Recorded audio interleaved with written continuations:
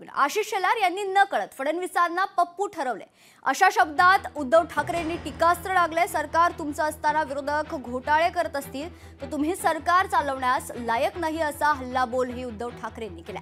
दरम्यान नवनाथ बन यांनी उद्धव ठाकरेंवर पलटवार केलाय। पाहूया। आशिष शेलार, मी खरं त्यांच्यावरती कधी बोलत नाही, पण आज मी त्यांचं जाहीर अभिनंदन करतोय, कारण त्यांनी नकळत देवेंद्र फडणवीसांना पप्पू ठरवलेलं आहे। कारण जे हे मानतच नव्हते, त्याच्यामुळे महाराष्ट्राचा पप्पू म्हणून त्यांनी फडणवीसांना बोलण्याचं धाडस दाखवलंय। हा त्यांच्या अंतर्गत वादाचा परिणाम, हा परिपाक असेल।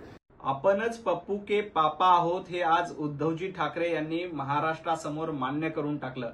खरं तर मतदार याद्यांच्या आक्षेपाबद्दल सर्वात आधी भारतीय जनता पार्टीने तक्रार केली होती। देवेंद्रजी फडणवीस स्वतः कोर्टामध्ये देखील गेले होते।